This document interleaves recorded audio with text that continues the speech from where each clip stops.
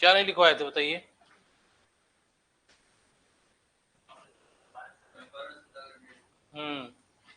अब पहले का भी बहुत कुछ नहीं लिखवाए, जो प्रीलिम्स में एक दिन पढ़ाए थे, शुरू में पढ़ाए थे ना, बिहार स्पेशल के बारे में कुछ पढ़ाए थे ना, कि मैंने बताया था कि कैसे बिहार में हिस्ट्री की शुरुआत होती है, नहीं पढ़ाए थे ना।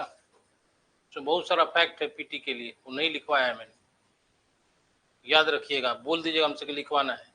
और ऐसा मत सोचिए कि मैं जो पढ़ा रहा हूँ अभी तो बाकी हम छोड़ देंगे, ठीक है ना। जैसे अभी हमने स्टार्ट किया है बिहार का हिस्ट्री, ठीक है, लेकिन हिस्ट्री में भी एक क्रोनोलॉजी वाइज हम चल रहे हैं। जैसे विकास जैसे जैसे घटनाओं का हो रहा है, एक दिन कोई आप में ही से पूछ रहा था कोई कि सर जनजातीय विद्रोह नहीं पढ़ाएंगे, सारा पढ़ाना है हमको।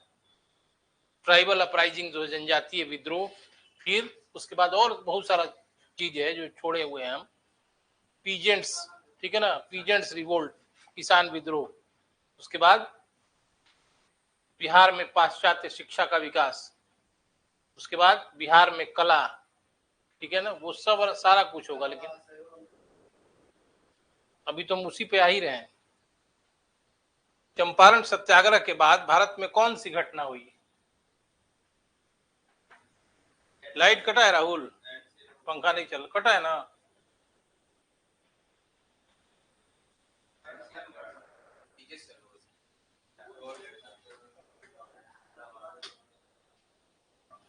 हाँ, क्या बोल रहे थे आप? खेड़ा बिहार में कोई इंपॉर्टेंट नहीं है, हम घटना बोल रहे हैं। देखिए अभी हमको क्या पढ़ाना चाहिए, चंपारण लिखवाया नहीं है, पढ़ा दिए आपको बढ़िया, ठीक है। 3 चीज अभी पढ़ाने का बहुत इंपॉर्टेंट है बिहार स्पेशल में। पहला है, छोड़ दो, बंद ही कर दो, जब उधर रहेंगे नहीं लगेगा नहीं तो फायदा क्या।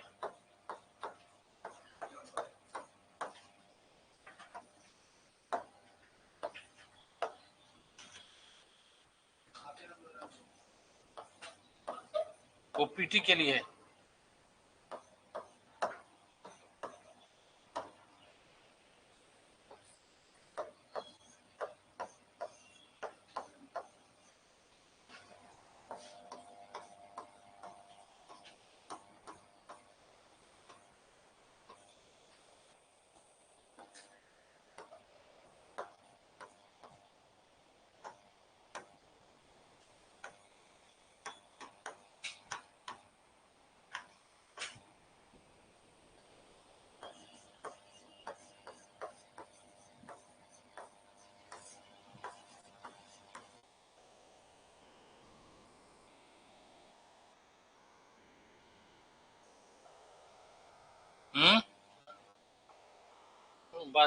बात बताएंगे अभी, पहले आप जो बोल रहे हैं वो ध्यान दीजिए। पिछले क्लास में मैंने जो कुछ समझाया था और उसके बाद वाले क्लास में मैंने लिखवाया था, ठीक है ना, जिसमें एक टॉपिक नहीं लिखवाया था, चंपारण सत्याग्रह, ठीक है।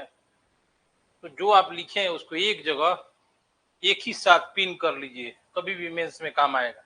उसके बाद जो टॉपिक इंपॉर्टेंट है मेंस के लिए, पीटी के लिए, उसके बाद खिलाफत आंदोलन और असहयोग आंदोलन और सविनय अवज्ञा आंदोलन। लेकिन सिर्फ ये टॉपिक जो है वो पूरे इंडियन हिस्ट्री में है, लेकिन आप इंडियन हिस्ट्री से उतना ताल्लुकात नहीं है जितना बिहार से मतलब है आपको।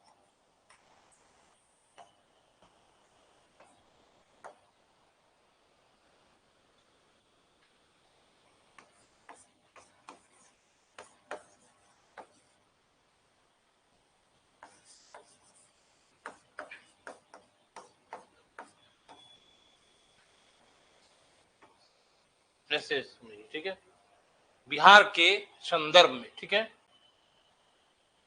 पहले बात बताइए, एक एक सारा लाइन जो है वो प्रीलिम्स के लिए भी इंपॉर्टेंट है और मेंस के लिए भी इंपॉर्टेंट है। तो खिलाफत आंदोलन किस मुद्दे पर भारत में हुआ था बताइए।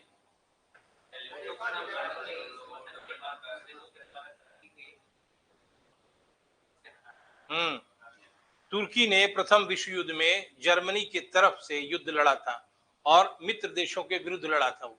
लेकिन वो जर्मनी चूंकि पराजित हो गया तो तुर्की भी एक तरह से पराजित हो गया और अंग्रेजों ने उसको बांटने की एक योजना बनाई थी, ठीक है, कि तुर्की के साम्राज्य को, जो ऑटोमन साम्राज्य था, उसको विभाजित कर दिया जाए, ठीक है, और उस पर कब्जा कर लिया जाए, ठीक है। तुर्की क्यों इंपॉर्टेंट था मुसलमानों के लिए? क्योंकि पैगंबर मोहम्मद जो इस्लाम के प्रवर्तक थे, उनका उत्तराधिकारी खलीफा को माना जाता था, और इसलिए मुसलमानों के लिए इसका रिलीजियस रेलेवेंस था, धार्मिक महत्व था कि यदि खलीफा को हटाया जाता है, इसका मतलब इस्लाम खतरे में हो जाएगा, ठीक है। और कई बार कोशिश किया पूरे विश्व भर के मुसलमानों ने कि तुर्की के साथ कोई अन्याय नहीं किया जाए, लेकिन अंग्रेजों ने किसी भी बात को स्वीकार नहीं किया और तुर्की के खलीफा के ऊपर ऐसी ऐसी शर्तें लगा दी, और एक ट्रीटी किया गया था तुर्की के साथ। उस संधि का नाम क्या है? सेब्रे की संधि, ठीक है ना।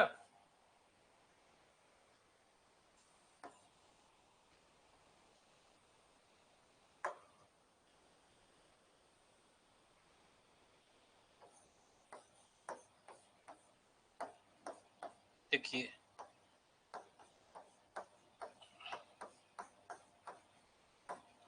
भारत के मुसलमान क्यों ज्यादा खिलाफ थे अंग्रेजों के? क्योंकि भारत में अंग्रेजी शासन की स्थापना हो चुकी थी और भारत में अंग्रेजों का शासन था, और भारतीय मुसलमानों से अंग्रेजों ने सहयोग प्राप्त करने के लिए वादा किया था प्रथम विश्व युद्ध के पहले कि आप युद्ध प्रयासों में हमारा सहयोग करें, और जैसे ही युद्ध समाप्त होगा, हम अगर जीत भी गए तो भी तुर्की के साथ बुरा व्यवहार नहीं करेंगे, ऐसा कहा था अंग्रेजों। और इस्लाम में गद्दारी या वादा खिलाफी घोर पाप माना जाता है, इसलिए भारत के मुसलमानों में कुछ ज्यादा रोष था, क्योंकि वो जानते थे कि मित्र देशों में ब्रिटेन जो है काफी प्रभावशाली है, काफी प्रमुख है। यदि ब्रिटेन चाहेगा तो तुर्की के साथ दुर्व्यवहार नहीं होगा, और बाकी जो दूसरे देश दुर्व्यवहार करना चाहेंगे उन पर इंग्लैंड चाहेगा तो रोक लगा देगा, ठीक है। लेकिन इसका कोई असर नहीं हुआ, और इसी कारण से, इसी के विरोध में 1918 में पहली बार अखिल भारतीय खिलाफत दल या पार्टी की स्थापना हुई। पार्टी नहीं था, मतलब आंदोलन था वो, ठीक। और भारत में इसके सर्व प्रमुख नेता कौन कौन थे, नाम जानेंगे? वो तो बहुत आसान है, अली बंधु, मौलाना शौकत अली और मोहम्मद अली, ये तो सब कोई बता देगा।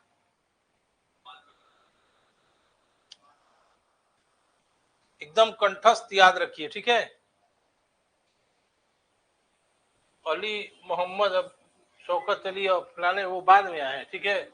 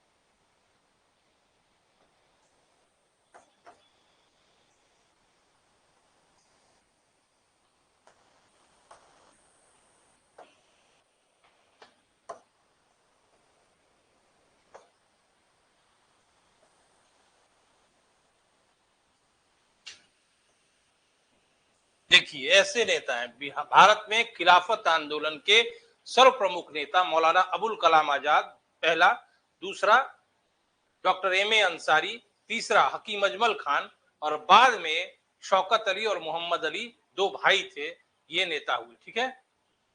और इन नेताओं ने भारत भर में खिलाफत के संबंध में एक माहौल बनाया और मुसलमानों को जागृत किया कि हम अंग्रेजी सरकार से इस बार बदला ले लेंगे, खिलाफत करके, उनका विरोध करके। दूसरी बात, कि ये माना जाता है कि खिलाफत आंदोलन एक प्रतिक्रियावादी धार्मिक आंदोलन था। प्रीलिम्स का ऑप्शन आएगा खिलाफत आंदोलन कैसा आंदोलन था, तो प्रतिक्रियावादी धार्मिक आंदोलन था। ये मत कर दीजिए कि राष्ट्रीय आंदोलन था, ठीक है। प्रतिक्रियावादी मतलब पीछे पीछे की ओर सोचने वाला, ठीक है, या संकीर्ण प्रतिक्रियावादी धार्मिक आंदोलन था, लेकिन इसमें राजनीतिक असंतोष भी छिपा हुआ था और भारतीय मुसलमान इसी मुद्दे से, मतलब इस आंदोलन के द्वारा जो राजनीतिक असंतुष्ट जो थे, उस असंतुष्टि को भी दूर करना चाहते थे। लेकिन मूलतः खिलाफत आंदोलन एक प्रतिक्रियावादी धार्मिक आंदोलन था, ध्यान रखिएगा। यानी लिखवाएंगे विस्तार, 2 बार हो जाता है तो ज्यादा नहीं याद होगा, ऐसे हम बोल देते हैं अभी, फिर दोबारा लिखवाएंगे, 2 बार ज्यादा होगा याद, ठीक है ना।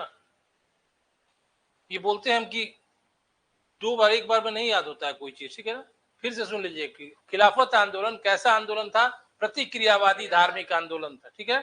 लेकिन इसके भीतर माना जाता है कि राजनीतिक असंतोष भी था, क्योंकि मुसलमान देख चुके थे कि अंग्रेजी शासन, अंग्रेजी हुकूमत भारत में एक शोषणकारी व्यवस्था का सृजन करती है और भारत में हमारा स्वतंत्रता समाप्त हो रही है और अंग्रेजी हुकूमत भारत पर हावी हो रही है, ठीक है ना। इतना तक समझ में आएगी बात। इस आंदोलन की एक विशेषता यह भी है कि इसमें हिंदुओं की जन भागीदारी व्यापक रूप से देखी गई, यानी हिंदुओं ने मुसलमान धर्म के मुद्दे को भी ऐसा नहीं समझा और हिंदुओं ने बहुत अधिक भागीदारी दिखाई इस आंदोलन में। इसका कारण छोड़िए, एसी कैसे लग रहा, खिड़की कैसे लग रहा, इससे क्या मतलब है। अब पढ़िए महाराज, क्या हो गया जी, खिड़की लगाने लगे अब 2 बार।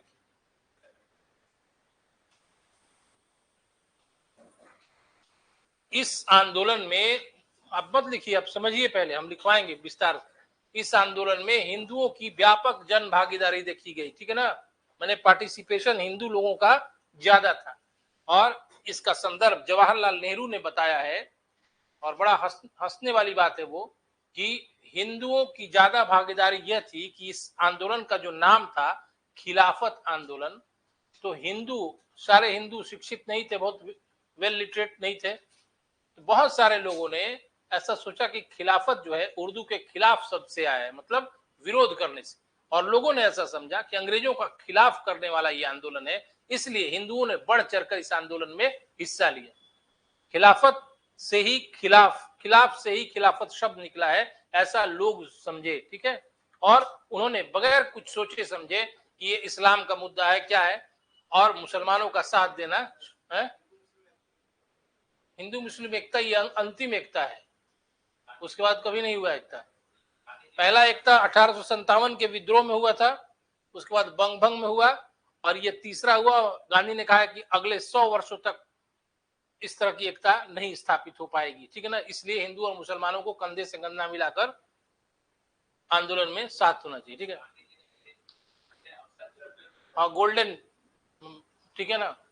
तो इस उतनी एकता नहीं थी जितना आप समझ। एक जवाहरलाल नेहरू का कोटेशन है, इसमें जो रूरल क्लास के हिंदू पार्टिसिपेशन जो था, ग्रामीण क्षेत्र के हिंदुओं की सहभागिता इसलिए भी थी ज्यादा कि वो खिलाफत से समझ रहे थे कि खिलाफ शब्द से आया, ठीक है, और इस खिलाफ शब्द को समझने के कारण भी उन्होंने भागीदारी दी, ठीक है। ऐसा नहीं कि ये अंग्रेजी हुकूमत के ये खिलाफ है, ठीक है। इसी आंदोलन के दौरान मौलाना आजाद का एक स्टेटमेंट है। मौलाना आजाद ने कहा कि भारत एक दारुल हर्ब देश है और मुसलमानों को हिजरत की सलाह दी उन्होंने। पहले नहीं कहा था उन्होंने, इस आंदोलन में उन्होंने कहा। और एक और स्टेटमेंट है मौलाना आजाद का कि हिंदुओं के लिए आजादी के लिए, मुल्क की आजादी के लिए जद्दोजहद करना दाखिले हुब्बुल वतनी है, लेकिन मुसलमानों के लिए फर्जेदानी है, ठीक है ना। अब इसका मतलब मत समझिएगा, ठीक है ना। मतलब क्या कहते हैं, पहला लाइन मैंने क्या बोला कि आजाद ने क्या कहा था, दारुल हर्ब से दारुल इस्लाम। दारुल हर्ब होता है क्या, गैर मुसलमानों का देश, और दारुल इस्लाम का मतलब इस्लाम के अनुयायियों का देश। औरंगजेब का एक प्रयास था लोग उसकी आलोचना करते हैं कि वह भारत को दारुल हर्ब से दारुल इस्लाम में बदलना चाहता था, ठीक है। लेकिन इस समय मौलाना आजाद ने मुसलमानों में एकता स्थापित करने के लिए इस तरह की प्रतिक्रियावादी कथन दिया, स्टेटमेंट्स दिया कि मुसलमान को भारत क्या है, दारुल हर्ब देश है और मुसलमानों को हिजरत की सलाह दी, ठीक है ना। और एक स्टेटमेंट उन्होंने दिया है कि हिंदुओं के लिए मुल्क की आजादी के लिए जद्दोजहद करना दाखिले हुब्बुल वतनी है, लेकिन मुसलमानों के लिए फर्जेदानी है, ठीक है। ये लाइन सिर्फ ऐसी याद रखिएगा, ये खिलाफत आंदोलन के दौरान मौलाना आजाद ने कहा था, ठीक है। अब आइए बिहार से भी, ये सब सारा भूमिका हो गया, ठीक है ना। मेन बात बिहार जो याद रखना चाहिए, ठीक है, और ये बहुत मुश्किल काम है, ठीक है। अब देखिए बिहार में क्या हुआ, मेन बात यहीं पे आता है, नंबर आपका मेंस में इसी से आता है जो अब बोलेंगे, ठीक है।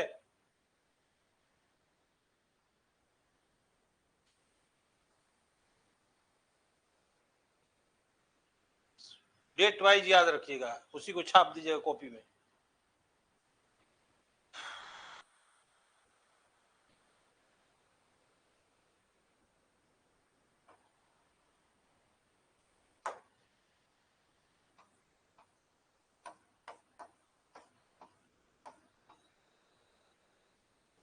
सोलह फरवरी 19 विश्व युद्ध की समाप्ति के बाद 16 फरवरी 1919 को पटना में एक सभा का आयोजन किया गया जिसके अध्यक्ष हसन इमाम थे, ठीक।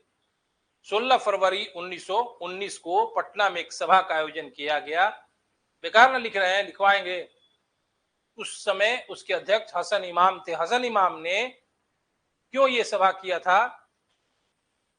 तुर्की के खलीफा या तुर्की देश के साथ मित्र देशों का व्यवहार कैसा हो, इसके लिए अंतरराष्ट्रीय स्तर पर एक माहौल, एक जनमत बनाने के लिए उन्होंने एक सभा की थी हसन इमाम ने, ठीक है ना, पटना में, ठीक है। इस सभा का कोई विशेष फायदा नहीं हुआ क्योंकि अंग्रेजों ने कुछ भी मानने से इनकार कर दिया और तुर्की पर सेबरे की संधि लादकर तुर्की का विभाजन कर दिया, ठीक है। आगे फिर आप देखेंगे ये सभा कार्य करती रही। इसके बाद राष्ट्रीय स्तर पर 1919 में, समझ में आ रहा है ना, 1919 है, 24 नवंबर 1919 में के दिन राष्ट्रीय स्तर पर खिलाफत आंदोलन के नेताओं ने दिल्ली में एक अपना सम्मेलन किया और इस सम्मेलन की अध्यक्षता महात्मा गांधी ने की थी और बाकी लोग भी थे जिनका नाम हम लिखे हैं, मौलाना आजाद, एम.ए. अंसारी, लिखे है ना, हकीम अजमल खान, लेकिन गांधी को इसका अध्यक्ष बनाया गया और गांधी से अगुवाई करने की बात कही गई। और उसी समय गांधी जब आंदोलन के निकले तो आपने जो कहा था कि स्वर्णिम अवसर हिंदू मुसलमान एकता का, उसके बाद ही कहा था गांधी ने, ठीक है। फिर 30 नवंबर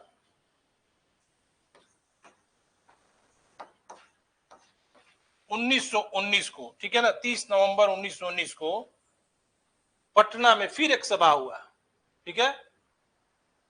ये खिलाफत के लिए ही सभा हुआ था और इस सभा में किस विषय के लिए सभा हुआ था? ये हुआ था शांति उत्सवों में भाग लेने के लिए, मतलब शांतिपूर्वक उत्सव मनाए जा नहीं मनाए जाए, इसलिए सारे लोग बिहार के प्रांतीय स्तर के जो नेता थे आपस में डिस्कशन करने के लिए 30 नवंबर 1919 को पटना में एक सभा आयोजित की।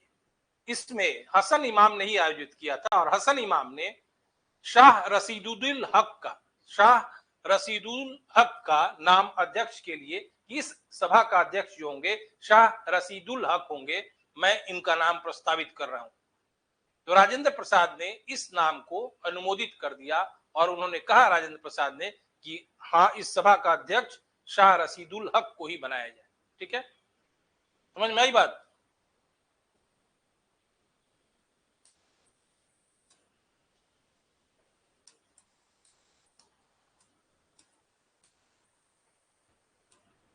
इस सभा में इस बात पर विचार हुआ कि शांति उत्सवों में भाग लिया जाए कि नहीं लिया जाए, ठीक है।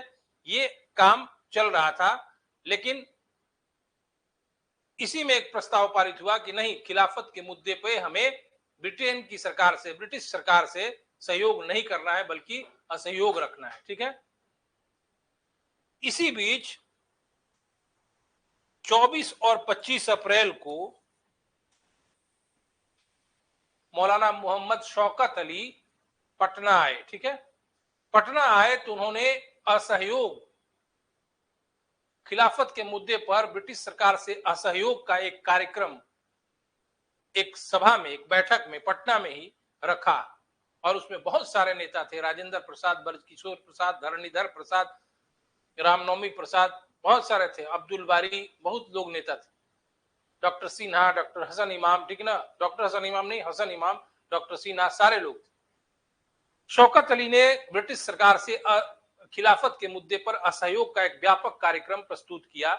सारे नेताओं ने इस कार्यक्रम को, इस प्रस्ताव को स्वीकार कर लिया, लेकिन डॉक्टर सिन्हा, मतलब एसएन सिन्हा, सच्चिदानंद सिन्हा और हसन इमाम ने उनके इस कार्यक्रम को नहीं स्वीकार किया। प्रीलिम्स का क्वेश्चन है, ठीक है ना। सारे नेताओं ने डॉक्टर शौकत अली द्वारा सुझाए गए असहयोग के कार्यक्रम को स्वीकार कर लिया, लेकिन हसन इमाम और डॉक्टर सच्चिदानंद सिन्हा ने नहीं माना। ठीक है। लेकिन बाकी नेताओं ने जब स्वीकार कर लिया तो उस बात की गारंटी हो गई कि शौकत अली की बात को माना जाए। पटना के बाद पेन भुलाएगा नहीं महाराज, रहने दीजिए, देख रहे हैं हम। पटना के बाद शौकत अली फिर गया गए, ठीक ना, पहले मुंगेर गए, उसके बाद गया गए। वहां पर भी उन्होंने खिलाफत के मुद्दे पर लोगों में, जनमानस में एक माहौल बनाया और कहा कि खिलाफत एक ऐसा मुद्दा है जिसके द्वारा हम अंग्रेजी हुकूमत की नृशंसता को और शोषण को समाप्त कर सकते हैं। ठीक है। यानी शौकत अली सिर्फ पटना ही नहीं गए, बल्कि गया और मुंगेर भी गए, मुंगेर और गया भी गए थे। ठीक है। शौकत अली के बाद, शौकत अली की यात्रा के बाद खिलाफत आंदोलन के राष्ट्रीय स्तर पर जो प्रसार हो रहा था, उसके कारण इस्लाम के कई धर्माचार्यों ने भी, मतलब जो धार्मिक नेता थे, उन्होंने भी इस आंदोलन को समर्थन देने के लिए भारत में प्रयास किया, साथ साथ पटना में भी प्रयास हुआ। कि अगला प्रयास क्या हुआ पटना में, कि पटना में एक फुलवारी शरीफ में है इमारत शरिया, ठीक है ना, अभी भी इंपॉर्टेंट, अभी भी है। ठीक है। यहां पर एक सभा का आयोजन किया गया, ठीक है ना। फुलवारी शरीफ में उलेमाओं का एक सभा हुआ, जिसमें सरकार से असहयोग का प्रस्ताव पारित किया गया। दूसरी तरफ पटना में भी बिहार प्रांतीय प्रादेशिक सभा और बिहार कांग्रेस, प्रांतीय कांग्रेस कमेटी, दोनों ने ब्रिटिश सरकार के साथ असहयोग का प्रस्ताव पारित किया। ठीक है। ये सब घटना हो रही है 1920, ठीक है ना। और इसी समय फुलवारी शरीफ ने, बदरुद्दीन थे, मौलाना बदरुद्दीन, उन्होंने उलेमा का पद त्याग दिया। क्यों त्यागा उन्होंने? ब्रिटिश सरकार को दिखा रहे थे कि हम इस व्यवस्था से असहयोग कर रहे हैं। और नूरुल हक थे प्रांतीय विधानसभा के सदस्य, उन्होंने भी यह पद त्याग दिया। ठीक है ना।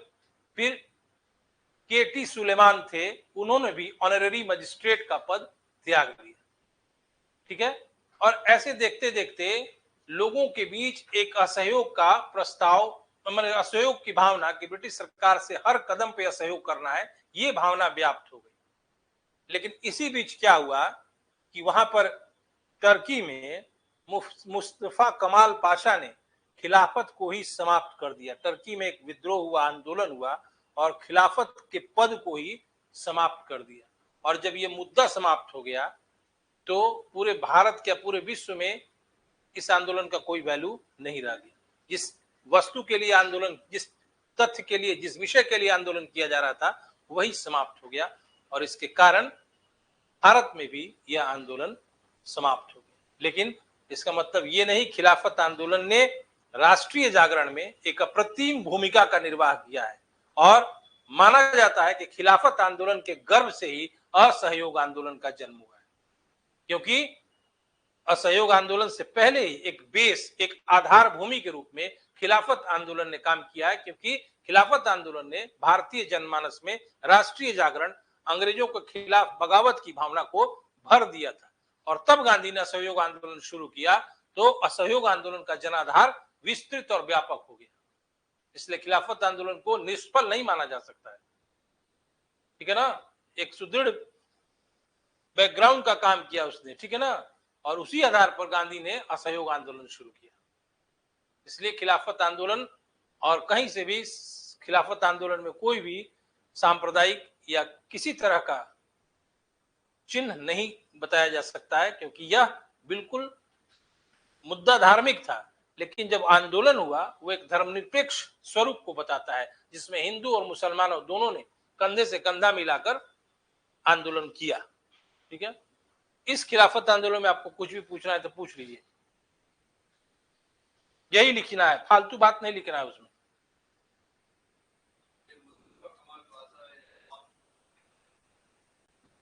वो नहीं चाहता था, वो अपना सरकार बनाना चाहता, फिर बाद में वहां का बना भी वो राजा। क्यों चाहता था, ये तो उसकी इच्छा है ना। लोकतंत्र बहाल करना चाहता था, वो खलीफा के अधीन नहीं रहना चाहता था। और खलीफा पहले क्या था, मुसलमानों का आध्यात्मिक गुरु था, ठीक है ना। मेडिवल हिस्ट्री पढ़े होंगे आप, तो आपको पता होगा पैगंबर मोहम्मद ने के बाद खलीफाओं ने शासन किया था, ठीक है ना। जैसे बहुत सारे खलीफा हैं, अबू बकर, उमर, उस्मान, अली। कुछ पूछिए इसमें, लिखा जाएगा, लिखाने में कोई मतलब नहीं है, दोबारा लिखेंगे तो दोबारा याद पड़ेगा फिर, ठीक ना। किसमें? तो बोले नहीं कि वही सभा कर रहे थे, कई बार बोले, जो सभा का आयोजन हो रहा था हसन इमाम कर रहे थे। नहीं, वो राष्ट्रीय स्तर के नेता थे जो पहले नाम लिखे थे। बिहार में तो हसन इमाम इंपॉर्टेंट फिगर थे। जो भी सभा का आयोजन होता था, हसन इमाम का ही पहल होता था। अरे यार, तो वो ऑर्गेनाइज किए, हाँ, हसन इमाम। और जरूरी थोड़े कि हम ऑर्गेनाइज करें तो हम ही अध्यक्ष बन जाए। वो रशीदुल हक को, हाँ हाँ हाँ, राजेंद्र प्रसाद ने उसका अनुमोदन किया कि हाँ सही है।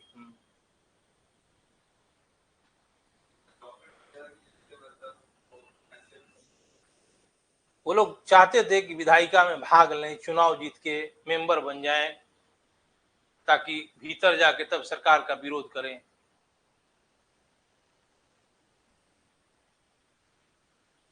ठीक है ना। और ऊपर से सच्चिदानंद सिन्हा हमेशा पढ़े लिखे वहीं से थे, ब्रिटेन से, ठीक है।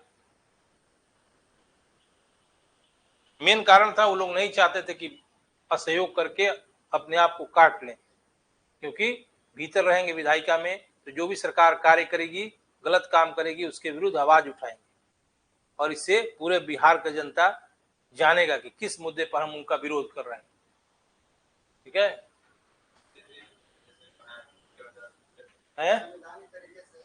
हाँ, संवैधानिक तरीके से विरोध कर।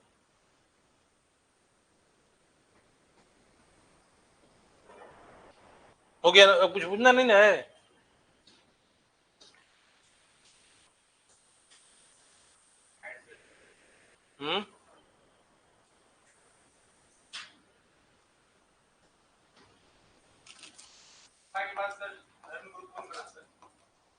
खत्म हो गया धर्म गुरु का पोस्ट। बाद में ईरान का आयतुल्ला खुमैनी भी एक तरह से वही था, मर गया वो। फिर ये बना, क्या नाम था जिसकी 16 वाइफ थी,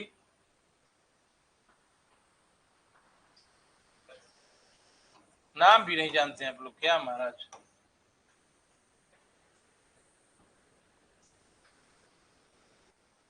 अमेरिका जिसको मार दिया, नहीं यार, उसामा बिन लादेन,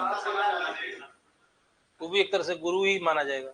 गुरु था नहीं लेकिन नहीं, उसका हुकूमत नहीं था। लेकिन बहुत सारे गुरु इस्लाम में हुए हैं, ठीक है ना, जिनके बारे में पूरे इस्लाम के अनुयायी श्रद्धा रखते। सद्दाम हुसैन भी एक तरह से गुरु ही था, वो तो छुपा था बलूचिस्तान में। क्या नाम लिया आप उसका? Osama bin Laden. अंदर ही अंडरग्राउंड उसका बड़ा बढ़िया घर था, सारा सुख सुविधा था उसके अंदर, फिर भी अमेरिका मार दिया उसको है। और अमेरिका भी बहुत बड़ा पॉलिटिशियन है, राजनीतिज्ञ है, चाहता तो पहले भी मार सकता था, लेकिन जान के मामला को खींचता है। छोड़िए वो नहीं, लेकिन आएगा एग्जाम में। ये देखिए असहयोग आंदोलन, ठीक है ना,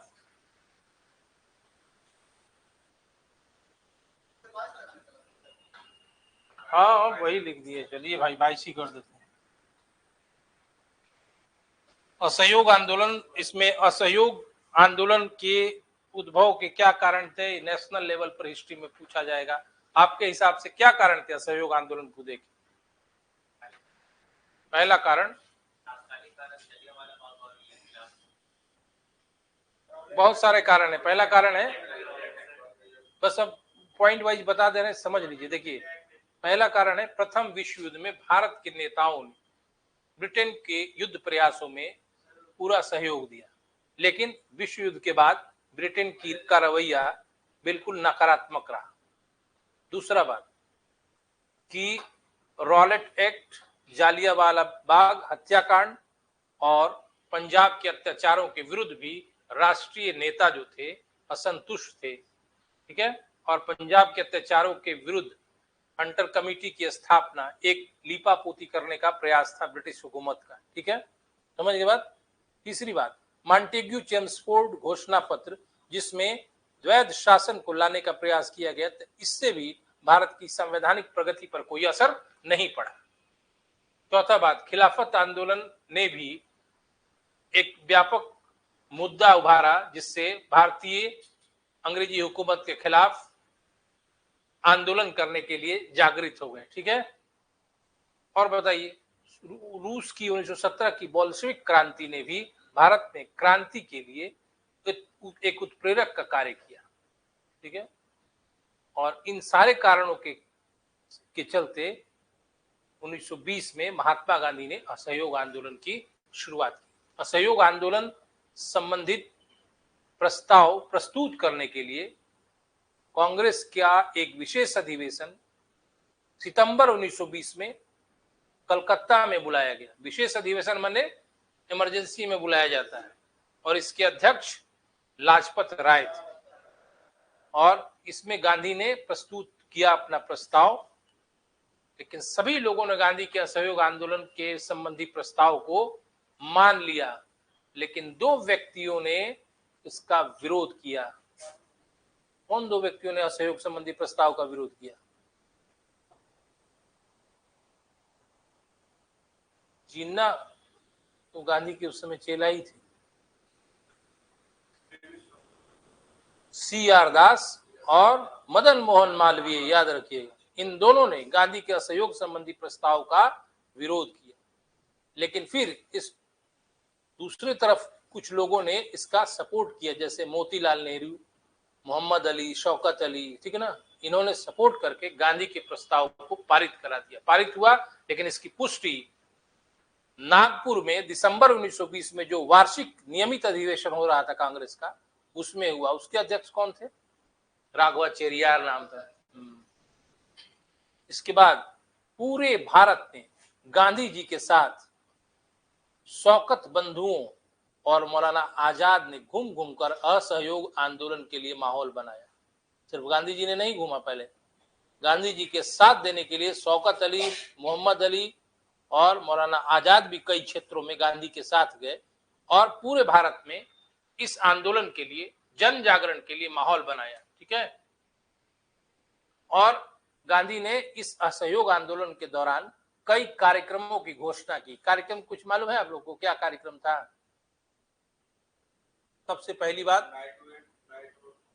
अरे यार ये थोड़ी बोले, वो तो परिणाम में आप बता रहे हैं। परिणाम, कार्यक्रम क्या गांधी ने बताया था कि सभी सरकारी और अवैतनिक नौकरियों को त्याग पत्र दे देना है, ठीक है ना। दूसरी बात, सरकारी उत्सव, कोई भी सरकारी उत्सव हो रहा है, पार्टी हो रहा है, उसमें सहभागिता नहीं करनी। तीसरी बात, कोई भी उम्मीदवार भारत का इलेक्शन में खड़ा नहीं होगा, और यदि उसने नामांकन भर दिया हो तो अपनी उम्मीदवारी वापस ले ले। दूसरी बात, विदेशी वस्त्रों का बहिष्कार करना है, विदेशी व्यापार का बहिष्कार करना है। तीसरा बात कि सैनिक बनने के लिए, क्लर्क की नौकरी करने के लिए मेसोपोटामिया जाने से भारतीय इनकार कर जाए, ठीक है। और सबसे बड़ी बात जो गांधी ने कहा है,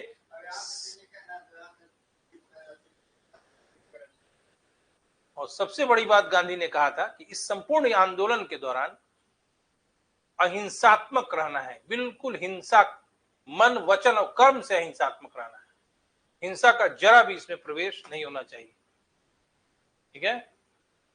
इन सब कारणों से अंततः भारत में इस आंदोलन की शुरुआत हो गई, लेकिन हमारा मतलब बिहार से है, ठीक है। ये थोड़ा सा भूमिका डीलिंग देने के लिए लिखिएगा ये सब, ठीक है ना।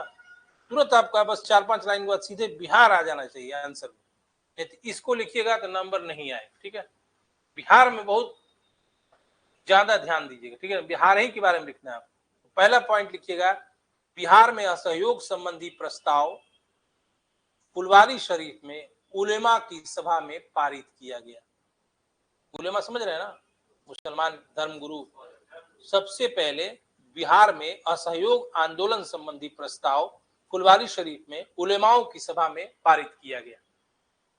दूसरा पॉइंट लिखिए, 1920 में भागलपुर में, दूसरा पॉइंट लिखिए, गलती से बोल दिए हम, लिखिए मत। 1920 में भागलपुर में बिहार प्रादेशिक सभा का एक अधिवेशन हुआ, जो कि शायद 12वां था। तो राजेंद्र प्रसाद की अध्यक्षता में भागलपुर में बिहार प्रादेशिक सभा का अधिवेशन हुआ। ये 12वां अधिवेशन था, जिसमें राजेंद्र प्रसाद ने असहयोग आंदोलन की रूपरेखा बनाई कि कैसे असहयोग आंदोलन करना है, ठीक है। और इस सम्मेलन की खास बात है कि राजेंद्र प्रसाद ने हिंदी में भाषण दिया और सारे कार्यकर्ताओं से असहयोग कार्यक्रम पर बल देने की बात की कि सबसे अधिक जोर हमारा असहयोग कार्यक्रम पर होना चाहिए, ठीक है ना। और इस सम्मेलन की एक और खास बात है कि इस सम्मेलन में ज्यादातर प्रतिनिधि गांव से आए थे और उनमें बड़ा जोश खरोश और जुझारूपन भरा हुआ था, और उन्होंने एक संकल्प लिया कि असहयोग कार्यक्रम को हम सफल बनाएंगे, ठीक है। राजेंद्र प्रसाद की जो ये बात है कि मैंने असहयोग आंदोलन को पर सबसे अधिक जोर दिया जाए, इस भागलपुर सम्मेलन के बाद, भागलपुर सम्मेलन में ही एक समिति की बनाई गई, ठीक है, जिसके अध्यक्ष नहीं, जिसके सदस्य राजेंद्र प्रसाद, ब्रजकिशोर प्रसाद, मजरूल हक, ठीक है ना, और शाह मोहम्मद जुबेर थे। इनको बनाया गया कमेटी में कि भाई आप देखिए कि कैसे असहयोग आंदोलन के जो कार्यक्रम है वो कार्यक्रम व्यवहारिक तौर पे कैसे बिहार में सफल हो सकते हैं। तो एक कमेटी बनाई गई, ठीक है ना, शाह मोहम्मद जुबेर, राजेंद्र प्रसाद, ठीक है ना, और ब्रजकिशोर प्रसाद, मजरूल हक के नेतृत्व। फिर आगे फिर क्या विकास हुआ इस असहयोग आंदोलन में, आगे चलकर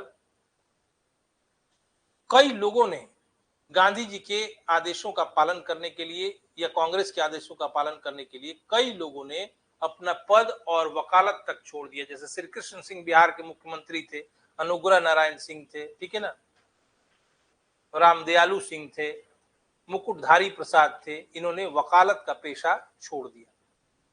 छपरा के एक महेंद्र प्रसाद थे जो कि ऑनररी मजिस्ट्रेट थे, उन्होंने भी अपना पद छोड़ दिया। और पटना लॉ कॉलेज के छात्र था मोहम्मद सफी, उसने भी अपना कॉलेज छोड़ दिया।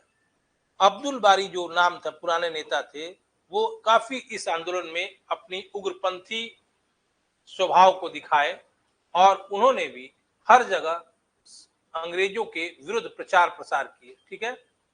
एक और नेता थे जो कि आप जानते हैं, वो किसान आंदोलन के नेता थे, उत्तर बिहार के स्वामी विद्यानंद। उन्होंने भी अंग्रेजी सरकार की नीति की आलोचना की। और आरा में गुलाम इमाम एक नेता थे, उन्होंने भी ये कहा कि अंग्रेजी सरकार ने मुसलमानों के साथ उपेक्षा की नीति अपनाई है और मुसलमानों के हितों की अंग्रेजी सरकार अनदेखी करती है। ठीक है, इसी प्रकार और भी कुछ लोगों ने अपना व्यवसाय और व्यवसाय नहीं, अपना सरकारी जो पद था उसको छोड़ दिया, यानी आंदोलन की शुरुआत हो गई। ठीक है, लेकिन इसमें और भी कुछ आदमी हैं, हर आदमी का जानना जरूरी नहीं है। अगला क्या कदम हुआ, इसी समय इसी समय राजेंद्र प्रसाद ने मार्च 21 के मध्य तक स्कूल कॉलेज कितना छोड़ा है बच्चा, इसकी प्रगति का एक रिपोर्ट उन्होंने प्रस्तुत किया कि अभी तक गांधी जी या कांग्रेस के आह्वान पर कितने लोगों ने स्कूल कॉलेज को छोड़ा है, इसके संबंध में एक रिपोर्ट राजेंद्र प्रसाद ने प्रस्तुत किया। पीटी के लिए इंपॉर्टेंट है। ठीक है, उसके बाद एक और उप समिति बनाई गई यह देखने के लिए कि असहयोग आंदोलन के कार्यक्रमों को कैसे क्रियान्वित किया जा रहा है। ठीक है ना, उसमें भी कुछ मेंबर थे, इनमें से एक आध मेंबर वही थे जो पहले मेंबर थे।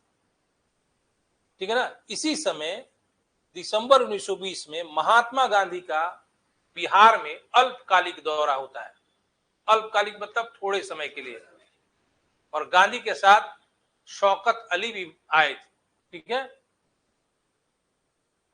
दूसरी बात कि गांधी ने पूरा अपील किया बिहार के लोगों से, किया तो पूरे भारत के लोगों से, मतलब बिहार में भी उन्होंने कहा कि स्कूल कॉलेज छोड़कर और राष्ट्रीय विद्यालय में नामांकन लिया जाए। ठीक है, और गांधी की इस अपील का पूरा असर पड़ा था और स्कूल कॉलेज छोड़ने वाले विद्यार्थियों की एक लंबी तादाद जमा हो गई थी।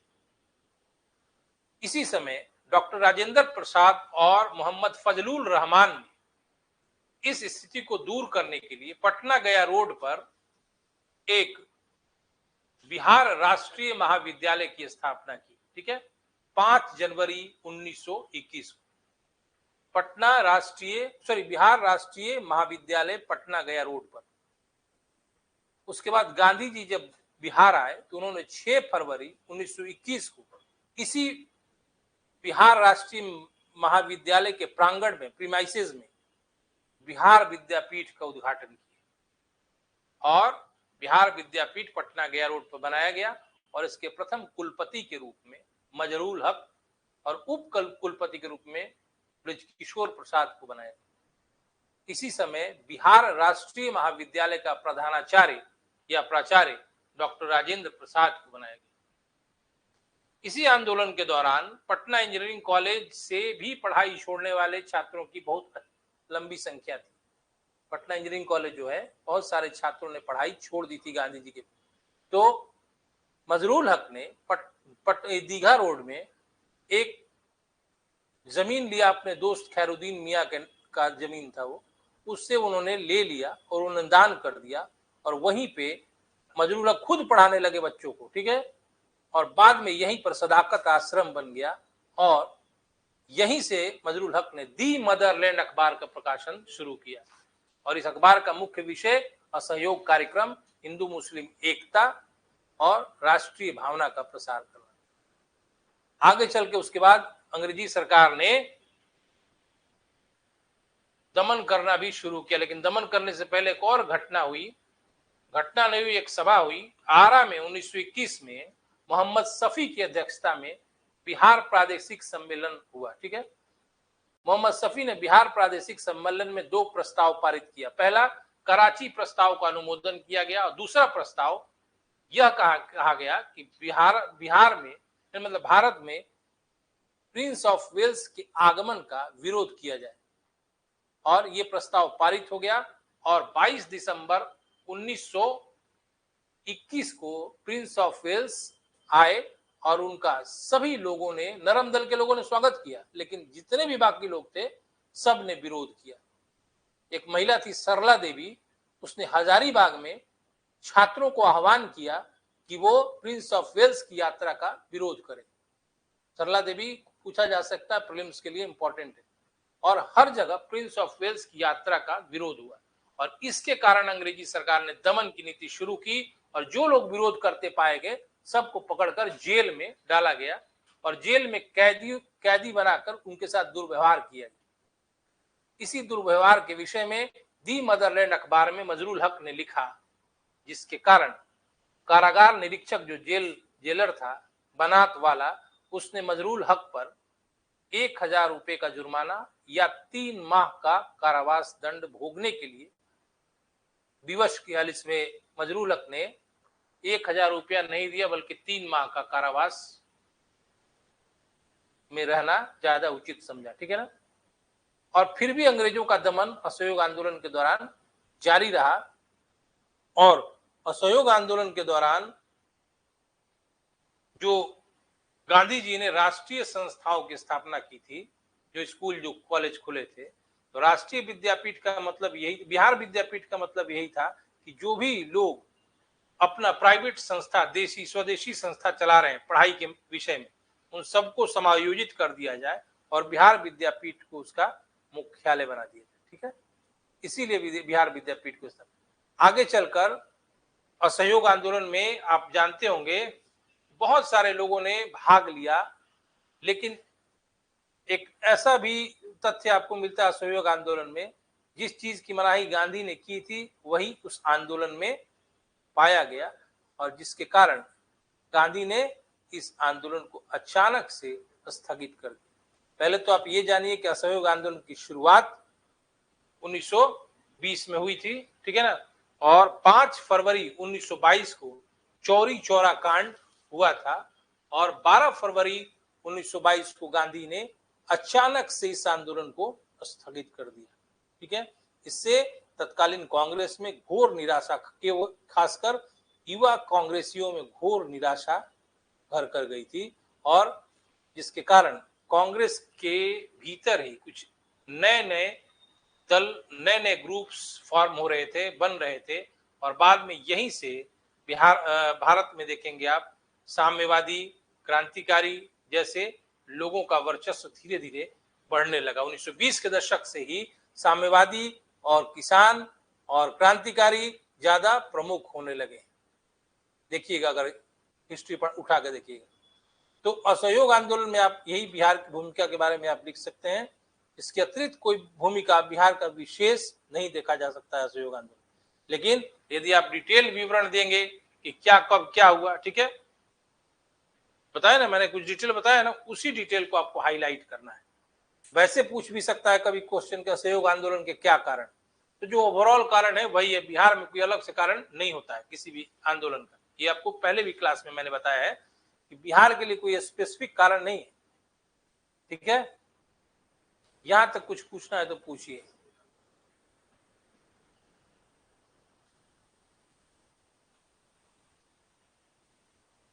असहयोग आंदोलन का एक प्रभाव बिहार में डायरेक्ट पड़ा 1922 में गया अधिवेशन, जिससे कांग्रेस खिलाफत स्वराज पार्टी की स्थापना हुई थी। याद है ना, कौन थे उसके अध्यक्ष? और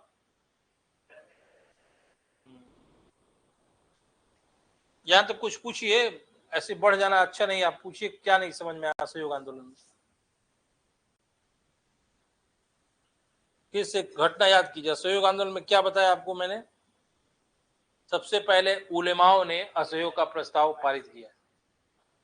फिर राजेंद्र प्रसाद ने भागलपुर में 12वां प्रादेशिक सभा का सम्मेलन हुआ था, अध्यक्ष थे, उन्होंने इस आंदोलन की रूपरेखा बनाई। तीसरी बात, उन्होंने हिंदी में भाषण दिया और इस सम्मेलन में आने वाले सभी ग्रामीण क्षेत्र के ज्यादा थे, उनमें एक जुझारूपना था। ठीक है। तीसरी बात, असहयोग आंदोलन के बाद क्या बना होता है? तीसरी बात नहीं, आप बताइए क्या बताया उसके बाद? राजेंद्र प्रसाद सम्मेलन में अध्यक्षता किए, उसके बाद क्या हुआ? नहीं, उसके पहले कुछ हुआ था ना, तब डिटेल निकाले। उसके पहले क्या हुआ था? दिमाग में केवल रखिए, वो जाके लिख दीजिए। मैंने उसके बाद एक लिस्ट बताया था आपको, किसने क्या किया है। जैसे अनुग्रह नारायण सिन्हा है, कृष्ण सिंह है, श्री कृष्ण सिंह, मुकुटधारी प्रसाद है, इन्होंने वकालत छोड़ा। ठीक। महेंद्र प्रसाद एक आदमी था जो कि ऑनरेरी मजिस्ट्रेट था सारण का, उसने अपना पद त्याग दिया। ठीक है। मोहम्मद सफी थे, पटना लॉ कॉलेज के छात्र, उन्होंने अपना कॉलेज छोड़ दिया। ठीक है। ये लिखिएगा तब लगेगा ना कि हाँ असहयोग आंदोलन के कार्यक्रम को बिहार में अपनाया गया कि नहीं अपनाया गया। और तब लिखिए कि डॉक्टर राजेंद्र प्रसाद ने 1921 मार्च के मध्य तक स्कूल कॉलेज छोड़ने के विषय में एक प्रगति रिपोर्ट प्रस्तुत की। ठीक है, और जब प्रगति रिपोर्ट प्रस्तुत की उसके बाद फिर आपको लिखना है कि असहयोग आंदोलन चलता रहा, लेकिन इसी समय गांधी की अल्पकालिक बिहार यात्रा हुई दिसंबर कब 20 में। ठीक है ना, और उसी यात्रा के दौरान गांधी ने बिहार विद्यापीठ की स्थापना की, लेकिन इसके पहले फजलुल रहमान और राजेंद्र प्रसाद ने पटना गया रोड में बिहार राष्ट्रीय महाविद्यालय की स्थापना की थी। गांधी ने बिहार विद्यापीठ को उसी प्रीमाइसेस में, उसी परिसर में स्थापित किया और इसके प्रथम क्या कहते हैं उसको, चांसलर को मजरूल हक और वाइस चांसलर ब्रिज किशोर प्रसाद को बनाया और राजेंद्र प्रसाद को बिहार नेशनल कॉलेज का प्राचार्य बनाएगा। ठीक है, फिर आगे लिखना है, आगे चलकर बिहार प्रादेशिक सम्मेलन मोहम्मद शफी की अध्यक्षता में आरा में हुआ और जिसमें क्या किया गया, 2 प्रस्ताव पारित किए गए, कराची सम्मेलन और दूसरा प्रिंस ऑफ वेल्स की यात्रा का विरोध, और इसी विरोध में कई लोगों को जेल के अंदर डाला गया और इस दुर्व्यवहार के विषय में मजरूल हक ने दी मदरलैंड में लिखा तो उसके कारागार निरीक्षक ने, जेलर ने, बनातवाला ने 1000 रुपये और 3 माह का कारावास का सजा दिया। ठीक है, मजरूल हक ने कारावास की सजा को स्वीकार कर लिया। ठीक है, और आपको क्या लिखना है इसमें कि लेकिन बाद में आगे चलकर ये आंदोलन मध्यवर्गीय आकांक्षाओं से आगे निकल गया और 5 फरवरी 1922 को क्या हुआ था, चौरी चौरा कांड हुआ था। फिर 12 फरवरी ने कहां से स्थगित किया गांधी ने, पीटी का क्वेश्चन है, गांधी ने उस आंदोलन को कहां से स्थगित किया। अब आपको भारत में थे, ये आंसर हुआ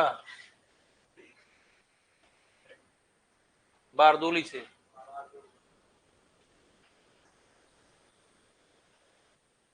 भारत को दीजिएगा तो भारत में ही गुजरात है।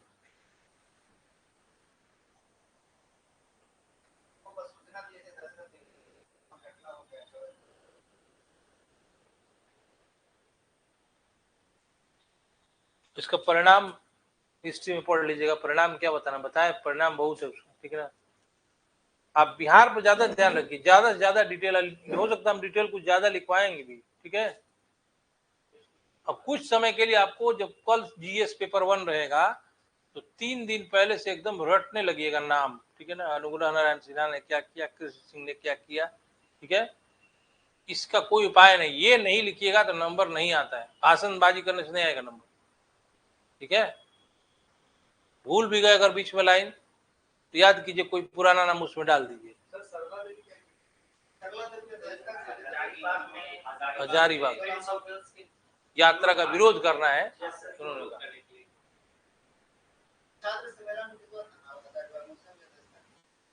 दूसरी बात, ये भी बात एक ट्रिक बता रहे हैं, जब देखिए कि एकदम माथा से ऊपर जा रहा है, आप क्या लिखे तो कोई पुराना नाम एक डाल दीजिए उसमें, इन्होंने भी बढ़ चढ़ कर हिस्सा लिया। ठीक है, एक लाइन बढ़ेगा आपका।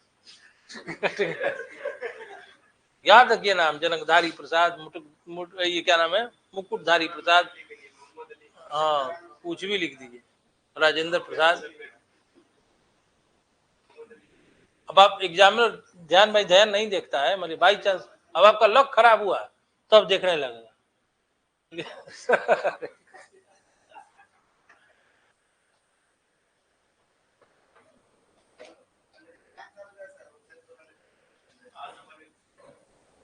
नहीं, एक आदमी हमको बता रहे थे, हम पता है हमको, पूछा गया था एक लड़का से प्रथम विश्व युद्ध के कारण के बारे में, बीपीएससी का ही, वैसे लिखा था कि सेकेंड वर्ल्ड वॉर के बारे में लिख रहा था, और सोचा कि समझेंगे नहीं, जो चेक किए वही बता रहे थे, सेकेंड वर्ल्ड वॉर के बारे में लिख रहा था। उसको याद ही नहीं था फर्स्ट वर्ल्ड वॉर।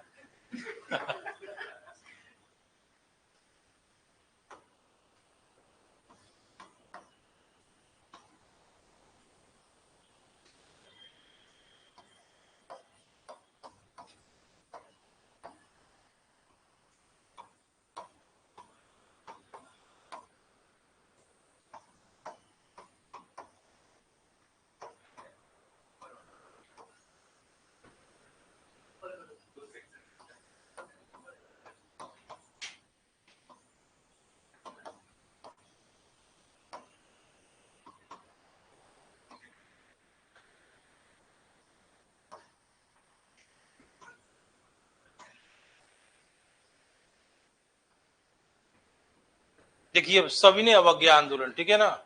सविनय अवज्ञा आंदोलन क्या है, इसका मतलब होता है विनय पूर्ण अवज्ञा, समझ गया ना, विनय समझ रहे हैं ना, विनम्रता पूर्वक अवज्ञा, ठीक है। तो और असहयोग आंदोलन का मतलब है बुराई से असहयोग और अच्छाई से सहयोग। ये नहीं कि पूरा असहयोग का मतलब असहयोग नहीं है, बुराई से सिर्फ असहयोग करना है और अच्छाई से सहयोग करना है। और इसका मतलब है सविनय अवज्ञा आंदोलन का विनम्रता पूर्वक अवज्ञा, इसमें कहीं भी हिंसा की बात नहीं है या बदतमीजी की बात नहीं है, ठीक है। इसमें भी गांधी ने सविनय अवज्ञा आंदोलन को लाने के पीछे कई कारण जिम्मेवार थे। जैसे पहला, नेहरू रिपोर्ट को सरकार ने नहीं स्वीकार किया 1928 में। फिर सरकार ने पब्लिक सेफ्टी बिल, नागरिक सुरक्षा विधेयक लाया जो कि बहुत कठोर था। उसके बाद 1929 में महान विश्व की महान आर्थिक मंदी, जिससे भारत की अर्थव्यवस्था चरमरा गई थी, ठीक है। उसके पहले भी साइमन आयोग का विरोध हुआ था, लाजपत राय पर लाठीचार्ज हुआ था, बहुत सारी बातें थी, ठीक है। तो सारे स्थिति के निदान के लिए, क्या आज खिड़की में हुआ है जी, बराबर खिड़की देख रहे हैं आप लोग, क्या कर रहे हैं खिड़की खोल के? कबूतर बाघ थोड़ी है, कबूतर बाघ नहीं ना है, खा जाएगा के, छोड़िए। तो 1930 में गांधी ने सबसे पहली बार एक पत्र लिखा वायसराय के नाम और 11 सूत्री मांगे प्रस्तुत की। बताया कि आपका जो सरकार है, ब्रिटेन की सरकार, उससे हमारी भारतीय जनता त्रस्त है और इस शासन में सुधार की अपेक्षा है हमसे, और 11 सूत्री मांगे प्रस्तुत। लेकिन वायसराय ने उन 11 सूत्री मांगों का कोई जवाब नहीं दिया, ठीक है। तो गांधी जी ने यह अवसर एक ऐसे मुद्दे को लेकर आंदोलन करने के लिए चुना जो मुद्दा आम जनमानस से जुड़ा हुआ था। भारत का each and every person is related to that topic. उस मुद्दे से भारत का हर व्यक्ति, वो मुद्दा था नमक। नमक हर व्यक्ति के लिए आवश्यक था और इसीलिए उन्होंने 78 सहयोगियों के साथ 12 मार्च 1930 को साबरमती आश्रम से दांडी की यात्रा की और 6 अप्रैल 1930 को मुट्ठी भर नमक हाथ में लेकर नमक कानून को तोड़ा। और इसी से फिर पूरे भारत में सविनय अवज्ञा आंदोलन की शुरुआत हो गई और हर जगह इस आंदोलन के समर्थक और आंदोलनकर्ता तैयार हो गए। हमारा उद्देश्य, हमारा तात्पर्य सिर्फ बिहार से है, ठीक है। तो पूरा डिटेल में नहीं जाके सिर्फ बिहार पर कॉन्सेंट्रेट करेंगे, क्योंकि मेंस में आंसर करना, पढ़ाई भी हो रहा है बिहार स्पेशल। बिहार में नमक सत्याग्रह के लिए, नमक कानून तोड़ने के लिए 6 अप्रैल 1930 का दिन निश्चित किया गया था। और सबसे पहले बिहार में नमक सत्याग्रह में की शुरुआत करने वाले 2 जिले थे, पहला चंपारण और दूसरा सारण, याद रखिए। नमक सत्याग्रह शुरू करने वाले बिहार के प्रथम 2 जिले चंपारण और सारण है, ठीक है ना, समझ के बाद ना। चंपारण में पहला व्यक्ति बिपिन बिहारी वर्मा थे, जो 13 स्वयं सेवकों के साथ यात्रा शुरू किए और बहुत सारा जगह, तिरकोलिया, मझौलिया, सिमरा, ठीक है ना, होते हुए बेतिया पहुंचे नमक कानून तोड़ने के लिए। और जब बेतिया वो पहुंच रहे थे तो उनके स्वयंसेवकों की संख्या 13 से बढ़कर 3400 हो गई। समझ लिए कि इस आंदोलन की कितनी लोकप्रियता थी कि जो बिपिन बिहारी वर्मा 13 व्यक्तियों के साथ चले थे, अब उनके पीछे चलने वाले 3400 आदमी हो गए, ठीक है। लेकिन बेतिया में उनको गिरफ्तार कर लिया गया और नमक कानून नहीं तोड़ा जा सका। सारण में, सारण जिला जो मैंने कहा, उसके 3 जगह थे सारण जिला जो बहुत इंपॉर्टेंट थे नमक सत्याग्रह के लिए। पहला बरेजा, दूसरा गोरिया कोठी और तीसरा हाजीपुर। तीनों ही जगहों में क्रमशः 6 अप्रैल, 7 अप्रैल और 8 अप्रैल को नमक सत्याग्रह का नेतृत्व 3 व्यक्तियों ने किया। पहला गिरीश तिवारी, चंद्रिका सिंह और भरत मिश्र, ठीक है ना। यानी बरेजा में गिरीश तिवारी ने, गोरिया कोठी में चंद्रिका सिंह ने और हाजीपुर में भरत मिश्र ने किया नेतृत्व। ठीक है, अगला, पटना में भी नमक सत्याग्रह करने के लिए खास दिन चुना गया था और वह दिन था 16 मई 1930। इसी दिन नमक कानून पटना में तोड़ा जाएगा। पटना सिटी में मंगल तालाब है, ठीक है ना, सुने नाम की नहीं? पटना सिटी मंगल तालाब से आगे 2 मील एक जगह चुना गया, यहीं से नमक कानून पटना में तोड़ा जाएगा। वो जगह का नाम था नखास पिंड। नखास पिंड में नमक कानून तोड़ने के लिए जो नेतृत्व करता थे, जो नेता थे, उनका नाम था, सर्च लाइट के मैनेजर थे वो अखबार के, उनका नाम था अंबिका कांत सिंह।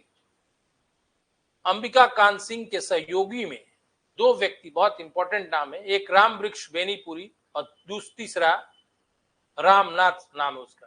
तीनों ही व्यक्तियों को, यानी कि अंबिका कांत सिंह, राम वृक्ष बेनीपुरी और तीसरा व्यक्ति रामनाथ, तीनों को पुलिस ने गिरफ्तार कर लिया। इसी तरह दरभंगा में सत्यनारायण सिंह ने नमक कानून तोड़ने के लिए स्वयंसेवकों का नेतृत्व किया, लेकिन दरभंगा से पिपरा या कहीं जा रहे थे, उनको सत्यनारायण सिंह को गिरफ्तार कर लिया। उसी प्रकार बेगूसराय में श्री कृष्ण सिंह ने, बेगूसराय में नहीं, मुंगेर में श्री कृष्ण सिंह ने नमक कानून तोड़ने के लिए प्रयास किया और गोगरी जाने का कोशिश की, मुंगेर से गोगरी, लेकिन गोगरी पहुंचे वो, लेकिन उन्हीं के सहयोगी एक थे मुरलीधर झा, उनका पूरा शरीर नमक बनाने में ही झुलस गया, लेकिन वो बच गए। लेकिन वो नमक बनाने में, कड़ाही में बनाया जाता था नमक, मुरलीधर झा का शरीर झुलस गया था गोगरी में। फिर एक और दक्षिणी मुंगेर के नेता थे नंद कुमार सिंह, वो भी वहां से मार्च किए दक्षिणी मुंगेर से, और लखीसराय के पास एक रजौन गांव है, रजौन गांव बहुत फेमस गांव है, उसी गांव में नमक बनाया गया और पहली बार नमक का पुड़िया 101 रुपये में बद्री नारायण सिंह नामक व्यक्ति ने खरीदा। ये दिखाने के लिए सरकार को कि हम अपना नमक खुद बना रहे हैं और खुद खरीद बिक्री कर रहे हैं। ठीक है, मतलब इतने लोगों ने नमक सत्याग्रह में प्रयास किया। इस आंदोलन में एक नया मोड़ तब आया जब जून 30 का अंत हुआ तो पानी पड़ने लगता है। देखते हैं ना, जून के बाद बिहार में मानसून आ जाता है, पड़ता है ना 15 जून के बाद, तो अब नमक बनाने के लिए मिट्टी मिलनी मुश्किल हो गई। ठीक है, इस कारण से लोगों ने गांधी द्वारा बताए गए दूसरे आंदोलन के तरीकों को अपनाना शुरू किया। जैसे क्या बताया था गांधी ने, नमक कानून का उल्लंघन तो ठीक ही था, लेकिन इस आंदोलन में और भी कार्यक्रम थे, जैसे विदेशी वस्त्रों का बहिष्कार करना है, नशीले सामान बेचने वाले दुकानदारों का बहिष्कार करना है और उन दुकानों पर धरना देना है। ठीक है, बताया था ना, खादी को बढ़ावा देना है। तो बिहार में अब जून 30 के बाद ऐसे ही आंदोलनों की शुरुआत हो गई और गांधी जी ने अपील की थी कि लोग ऐसा करके आंदोलन को मजबूत करें। इसी समय बिहार में पटना में एक स्वदेशी संघ की स्थापना हुई और अली इमाम, हसन इमाम नहीं, अली इमाम इसके अध्यक्ष थे और डॉक्टर सिन्हा और केबी दत्त उपाध्यक्ष बने। अली इमाम अध्यक्ष थे उस स्वदेशी संघ के और डॉक्टर सिन्हा और केबी दत्त उपाध्यक्ष थे और हसन इमाम को मुख्य सचिव बनाया गया था। इस स्वदेशी संघ ने स्वदेशी वस्तुओं के प्रयोग के लिए एक आंदोलन किया। ठीक है, और इसने जगह जगह जाकर विदेशी वस्त्रों के बहिष्कार का कार्य किया। इसी समय बिहार की महिलाओं ने भी बहुत अप्रतिम योगदान दिया स्वदेशी आंदोलन के दौरान और गांधी जी ने अपील किया था भारत की महिलाओं से, तो इसका असर बिहार की महिलाओं पर भी पड़ा। और पटना में विदेशी वस्त्रों का बहिष्कार आंदोलन में सबसे इंपॉर्टेंट 2 महिलाओं का नाम है, एक है मिसेज हसन इमाम और विंध्यवासिनी देवी। हसन इमाम की पत्नी और विंध्यवासिनी देवी ने पटना में विदेशी वस्त्र बहिष्कार आंदोलन को सफल बना दिया। एक राम बहादुर बार एट लॉ थे सासाराम के, उनकी वाइफ ने सासाराम थाने के सामने नमक बना के महिला वीरता का परिचय दिया। इसी समय 1929 में अखिल भारतीय महिला सम्मेलन का आयोजन पटना में किया गया, जिसमें बिहार की महिलाओं ने बढ़ चढ़ कर हिस्सा लिया 1929 में।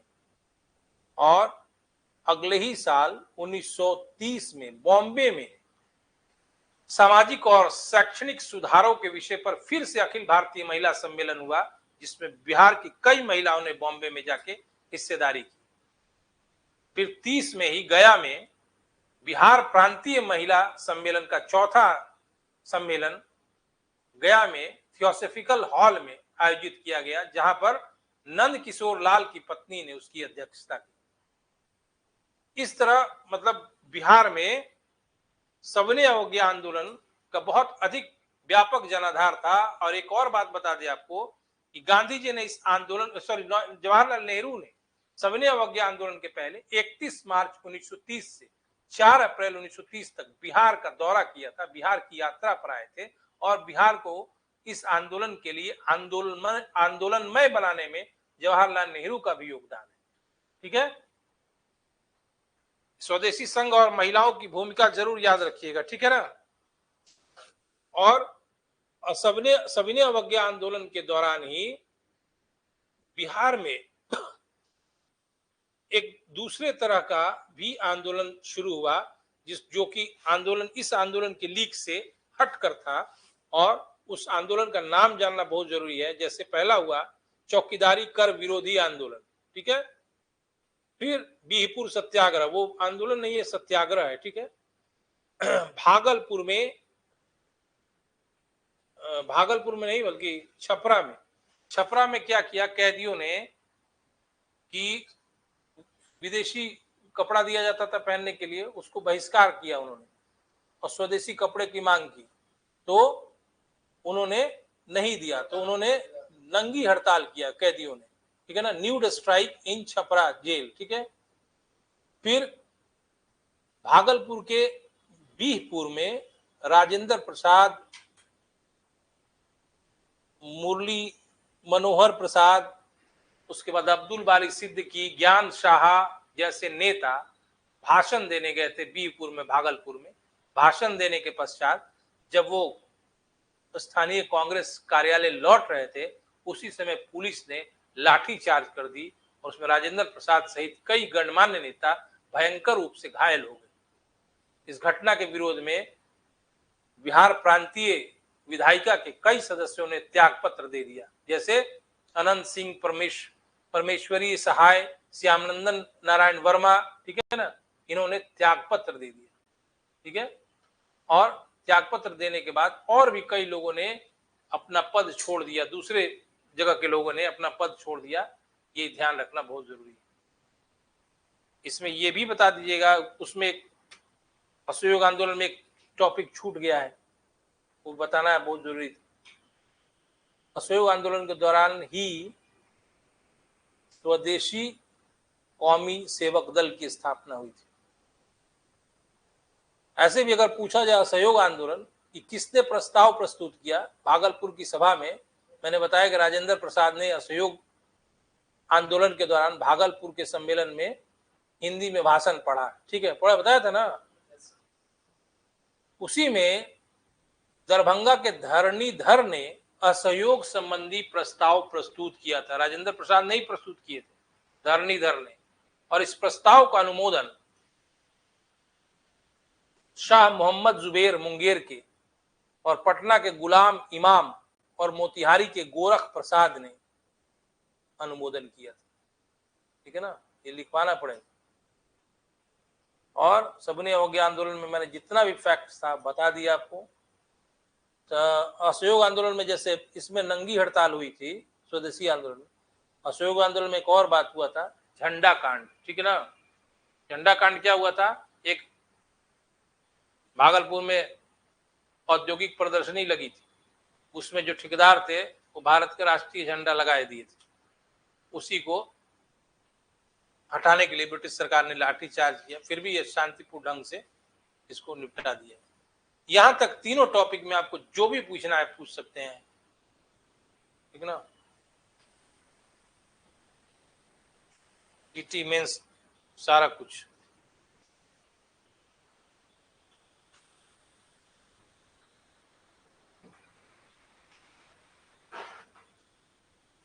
पूछिए जो भी पूछना है।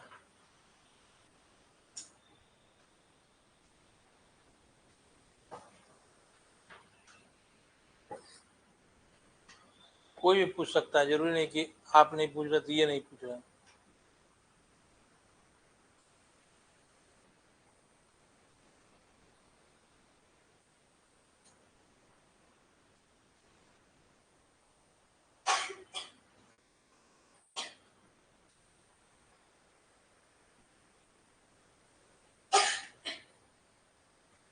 पूछिए कुछ।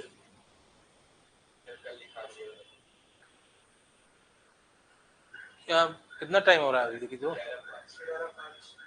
क्लास खत्म हो गया? नहीं खत्म कैसे हो? कितने बजे आया था? 9:50 में। 50।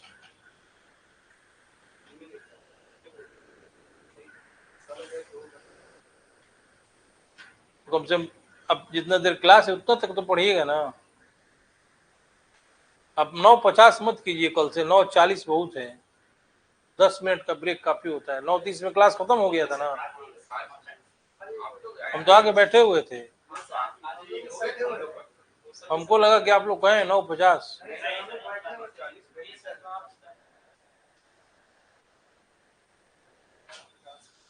लिखिए, कुछ लिख लीजिए, कम से कम क्लास भर तो रखिए ना। कितना देर पढ़ाना चाहिए और? बोलिए, छोड़ दे, बोलिए जैसा।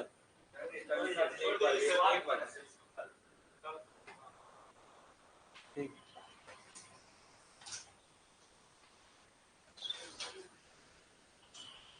कुछ पूछना नहीं ना है?